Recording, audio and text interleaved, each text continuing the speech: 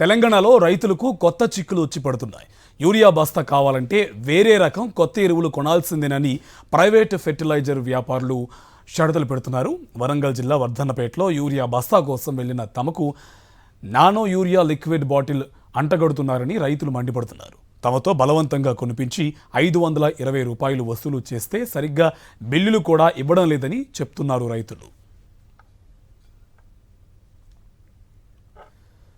నాగర్ కర్నూల్లో యూరియా కోసం రైతులు రోడ్డెక్కారు. 10 రోజులుగా యూరియా కోసం తిరుగుతున్న రైతులు అధికారుల తీరును వ్యతిరేకిస్తూ ఆందోళనకు దిగారు.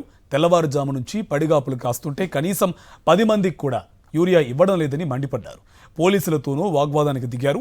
యూరియా ఇస్తేనే ఇక్కడి నుంచి కదులుతామని పట్టుబట్టారు.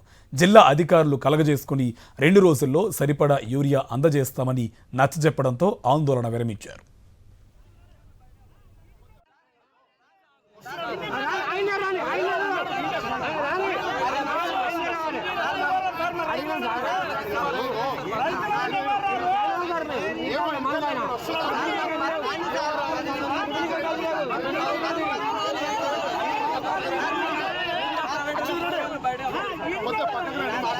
సార్